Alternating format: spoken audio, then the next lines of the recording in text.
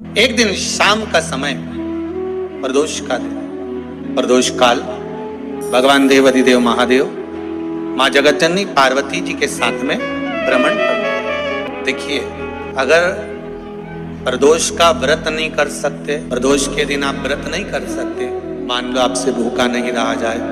प्रदोष का व्रत नहीं कर सकते, प्रदोष के दिन आप भूखे नहीं रह सकते, मंदिर भी नहीं जा सकते, दिया भी नहीं लगा सकते, तो शिव महापुराण की कथा कहती है कि प्रदोष के दिन, प्रदोष काल में अपने ही दरवाजे के पास देवाधिदेव महादेव का स्मरण कर लक्ष्मी की वृद्धि के, कार्य सिद्धि के, संपदा को प्राप्त करने के लिए आप अपने ही दरवाजे के पास में एक दीप लगा सकते। कौन से दिन? प्रदोष। उससे 1000 गुना शिवलिंग में बल की प्राप्ति होती है।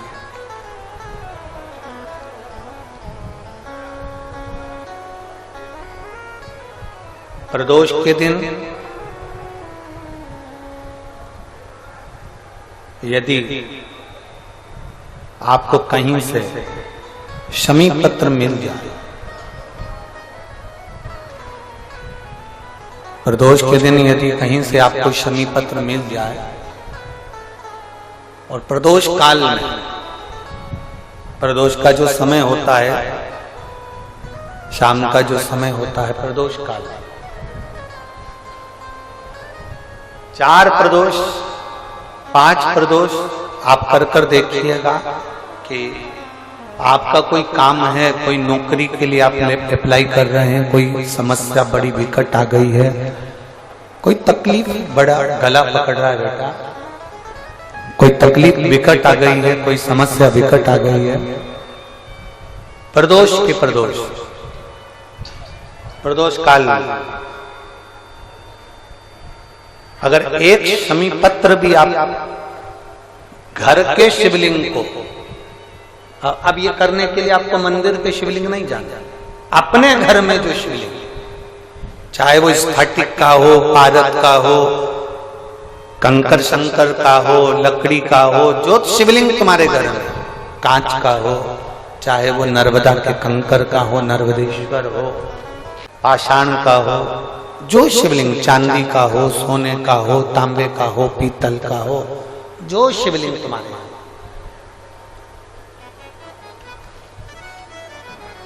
एक शमी पत्र यदि आप भगवान शंकर के शिवलिंग पर समर्पित कर रहे हो और उस शमी पत्र को उठाकर रात्रि को 9:15 की जो एक मुहूर्त होता है, एक समय होता है, जिस समय पर हम अपने मन की बात भगवान शंकर को कहते हैं, पूर्व में भी इसका वर्णन हम कर चुके हैं कथाओं में, उस 9:15 पर वो शमी पत्र को उठाकर एक कागज में, एक कटोरी में उसको रखते थे। 4 या 5 प्रदोष के उस शमी पत्र को अपने पास में रखिए और जिस कार्य के लिए जा रहे हो उसको जेब में ऊपर के भाग में उसको रखकर लेकर जाइए, आपका वो कार्य सफल होकर ही रहेगा, वो रुक नहीं सकता। शमी पत्र में इतना बल होता है, प्रदोष का जो शमी पत्र होता है वो बड़ा बलवान होता है, बड़ा एक पत्र है। 2 चीजें बड़ा स्मरण में रखिएगा। एक, बैसाख महीने में मट्टी के पात्र का जल, जब बैसाख का महीना आए ना, जितने यहां बैठे और जितने आस्था चैनल पर सुन रहे और जितने फेसबुक यूट्यूब पर कथा श्रवण कर रहे, जितने मोबाइलों पर देख रहे हैं, प्रयास करना, बैसाख के महीने में मिट्टी के पात्र में जो रात्रि भर जल रखा हो, मिट्टी के पात्र में, अगर आपके पास में घड़ा हो, हंडा हो, नी हो, तो दिया हो, दीपक हो, कुल्लड़ हो, कोई भी तुम्हारे पास में जो मिट्टी का पात्र, उसमें जल भरना। वो जल बैसाख के महीने की किसी भी सोमवार के दिन, किसी भी सोमवार के दिन, बैसाख महीने में, या किसी प्रदोष के दिन, या बैसाख महीने के शिवरात्रि के दिन, वो मिट्टी के पात्र का जल अपने घर के प्रत्येक व्यक्ति का स्पर्श कराकर उस मिट्टी के पात्र के जल को तांबे के पात्र में डाल लीजिए और घर के प्रत्येक व्यक्ति का स्पर्श करा लीजिए। और शंकर भगवान पर कुंडकेश्वर महादेव के नाम से समर्पित करिए। कुंडकेश्वर महादेव। कभी जीवन में पीछे पलट कर देखने की जरूरत नहीं पड़ेगी, आप उन्नति की सीढ़ी की ओर बढ़ते चले जाओ। किसी भी प्रदोष के दिन, प्रदोष काल में एक बार लगा दे, उसके बाद में अपनी कामना कर कर बेलपत्री एक छोटा सा उपाय अवश्य करिएगा। अगर बच्चे कोई एग्जाम में बैठ रहे हैं या कंपटीशन एग्जाम है या नौकरी के लिए अप्लाई कर रहे हो, मान लो 4-6 महीने से बैठे हो, 8 महीने से बैठे हो, सर्विस नहीं है, नौकरी नहीं है, तो एक छोटा सा उपाय अवश्य करिएगा शिव महापुराण का। महाराज बेलपत्री के पेड़ के नीचे विराजमान होकर, बेलपत्री के पेड़ के नीचे जिसको नौकरी के लिए या एग्जाम में बैठ रहा है वो जल चढ़ाए, बेलपत्री के पेड़ के नीचे थोड़ा सा दूध चढ़ाए, फिर जल चढ़ाए और अपने राइट भाग में घी का दिया और अपने लेफ्ट भाग में तेल का दिया। किसी भी प्रदोष के दिन, प्रदोष काल में एक बार लगा दे, उसके बाद में अपनी कामना कर कर बेलपत्री के पेड़ के नीचे धोख लगाकर प्रणाम कर कर आ जाए और चले जाए इंटरव्यू के लिए, बाबा उत्तीर्ण करा ही देगा, नौकरी दिलाए। जिस दिन रविवार की प्रदोष पड़े उस दिन एक लाल वस्त्र में पीली सरसों रखकर और उसके अंतर्गत कुछ भी एक, या तो बमूल का कांटा ना मिले तो गुलाब का कांटा ही उसके अंतर्गत रख लीजिए। और मान लो कोई काम ऐसा है कि उसमें पैसा तुम्हारा आ ही नहीं रहा, बहुत घाटे पर घाटा जा रहा है, नुकसान बहुत हो रहा है और कोई काम हो ही नहीं रहा, तो महाराज जिस दिन रविवार की प्रदोष पड़े उस दिन एक लाल वस्त्र में पीली सरसों रखकर और उसके अंतर्गत कुछ भी एक, या तो बमूल का कांटा ना मिले तो गुलाब का कांटा ही उसके अंतर्गत रख लीजिए और उसको शिव मंदिर का स्मरण कराकर शंकर भगवान का नाम लेकर रू भैरव, कौन सा भैरव है उसकी भी कथा भी आने वाली है। ये दारुक नाम के राक्षस का संहार करने के लिए जब माता अवतार लेगी तब शंकर भगवान बच्चे का रूप रखकर रोएंगे, तो शिव जी का एक नाम होगा रू भैरव। ये भैरव कहां पर रहता है तो कहा ये शमशान में रहता है। कहां रहता है ये भैरव? शंकर का जो एक अवतार है रू भैरव, ये भैरव अवतार शमशान में रहता है। तो इस भैरव का काम क्या है तो कहा शमशान में, शमशान की जो अग्नि होती है भले की लकड़ी रहे, भले उसमें कोई पदार्थ डाले ना डाले, थोड़ी देर में वो अग्नि रू आवाज, हल्की सी शमशान की जो अग्नि जलती है उसमें एक आवाज आती है। आप ऐसे कोई अग्नि जलाएंगे ना उसमें आवाज नहीं आएगी, ध्यान देना। हमारे शमशान में अगर जो लोग गए होंगे मुर्दा जलाने के लिए, तो अगर वो एकांत में बैठेंगे तो उसमें से एक आवाज आती है रू रू। तो शिव पुराण कह रही है कि उस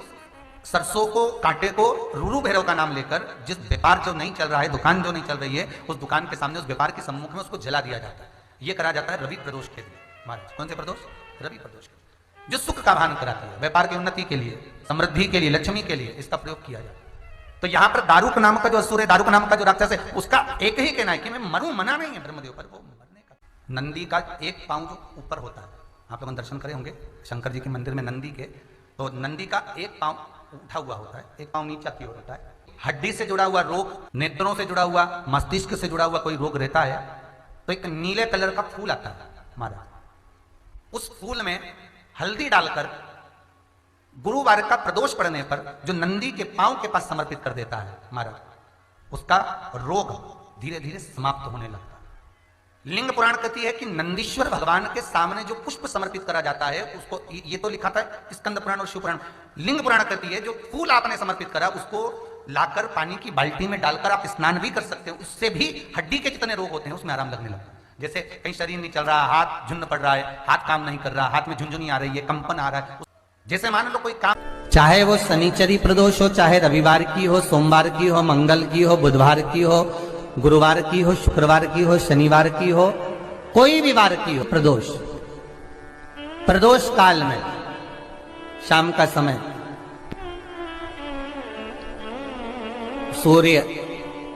डूब रहा हो, बस डूबा ही हो, और उस समय पर केवल 3 दिन ऐसे रहेंगे, 3 बार ऐसे रहेंगे, 3 तिथियां ऐसी रहेंगी, 3 समय ऐसा रहेगा जिस समय पर तेरे द्वारा निर्मित शूल को भी शिव धारण करेगा और जगत का कल्याण करेगा। 3 दिन, 3 तिथियां, 3 बार, 3 नक्षत्र, 3 घड़ी, 3 पल।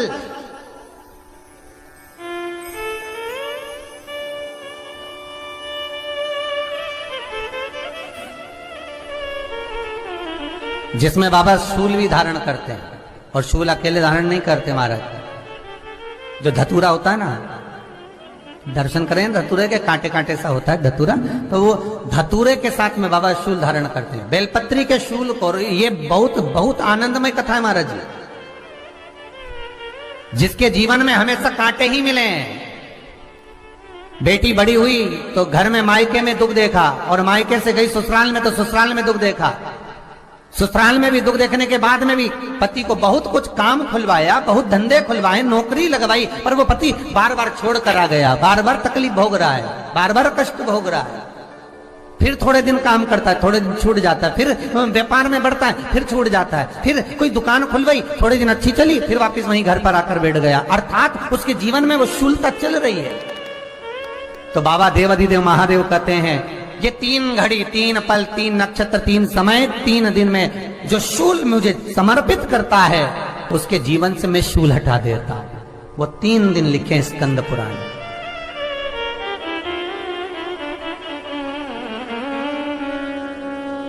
महाराज, बैसाख महीने में जो प्रदोष आती है, बैसाख के महीने में बहुत ध्यान से सुनना भाई, जो अपनी जिंदगी से बहुत तंग आ गए हो, परेशान हो गए हो, कष्टमय जीवन जी रहे हो, बहुत दुखी हो गए हो, उनके लिए ये स्कंद पुराण का चरित्र फिर मिले ना मिले, आप प्रेम से सुन लो भाव से। पहला, बैसाख महीने की प्रदोष, चाहे वो शनिचरी प्रदोष हो, चाहे रविवार की हो, सोमवार की हो, मंगल की हो, बुधवार की हो, गुरुवार की हो, शुक्रवार की हो, शनिवार की हो, कोई भी वार की हो, पर बैसाख महीने की प्रदोष, प्रदोष काल में शाम का समय सूर्य डूब रहा हो, बस डूबा ही हो, और उस समय पर सूर्य के डूबन के तुरंत बाद बाबा को धतूरे के साथ में बेलपत्री ना चढ़ाते हुए, बेलपत्री के वृक्ष के 7 कांटे बाबा के शिवलिंग पर समर्पित करे जाते हैं महाराज, अपनी जिंदगी में अड़चनों को हटाने के लिए। फिर आप जिस व्यापार में उतरे, जिस व्यवसाय में उतरे, जिस नौकरी में उतरे, आप दिल से करें,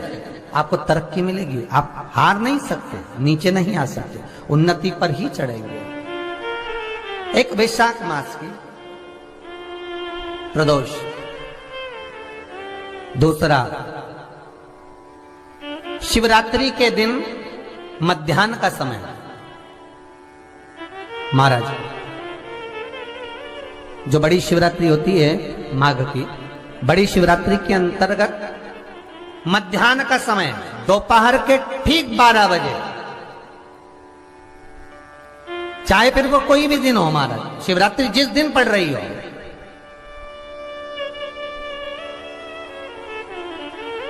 उस दिन भी धतूरे के साथ बाबा को 7 कांटे बेलपत्री के वृक्ष के समर्पित होते हैं महाराज। इसमें आप ये वाले जो कांटे हैं, जो शिवरात्रि के दोपहर 12 बजे वाले हैं, अगर कोई मदिरा पीने वाला हो, व्यसन में डूबने वाला हो, कोई जुआ खेलने वाला हो, कोई गलत वैश्यावृत्ति करने वाला, या अपने मार्ग से विचलित कोई व्यक्ति है, उसके लिए भी ये कांटे बहुत काम आते हैं महाराज। दूसरा, पार्वती, तेरे द्वारा तेरे नयन अश्रु से जो प्रगटा हुआ बेल का वृक्ष है, द्वितीय शूल मैं वहां धारण करता हूं, तृतीय शूल, तीसरा शूल जो वर्णन करा गया महाराज, भगवान श्रावण के महीने में जो भी दूसरा सोमवार पड़े, जो भी पड़े, श्रावण के महीने का दूसरा सोमवार, आप सबको पहले भी श्रावण के महीने में जो कथा कही उसका व्याख्यान वर्णन करा कि श्रावण का महीने का महत्व क्या है, वो भी आपको ऑनलाइन कथा में आप लोग सुन चुके हैं, लाइव कथा में श्रावण का पूरा महत्व बताया था कि श्रावण के महीने में शंकर भगवान को पूरा लेखा जोखा का भार प्रदान किया गया था। दूसरा सोमवार, श्रावण के महीने का जो दूसरा सोमवार होता है, उस दूसरे सोमवार में रात्रि के समय पर, अर्थात शास्त्र अब घड़ी और पल का स्मरण करेंगे तो रात्रि के बजेंगे 10 से 12 बजे महाराज, 10 से 12 के बीच में धतूरे के साथ बाबा को शूल समर्पित होता है महाराज। ये भी हमारी बाधाओं को, हमारी तकलीफों को, व्यापार व्यवसाय के लिए, नौकरी सर्विस के लिए, बहुत सारे एग्जाम में आप बैठ लिए, गवर्नमेंट एग्जाम के लिए बैठ लिए, नहीं हो रहा, ये 3 बार मेरे शंकर को बेलपत्री के वृक्ष के शूल समर्पित होते हैं, उसका आनंद पाना। मेरी जीजियों, 2 चीजें बड़ा स्मरण में रखिएगा। एक, बैसाख महीने में मट्टी के पात्र का जल, अभी क्या चल रहा है? फागुन। अभी क्या चल रहा है? फागुन। जब बैसाख का महीना आए ना,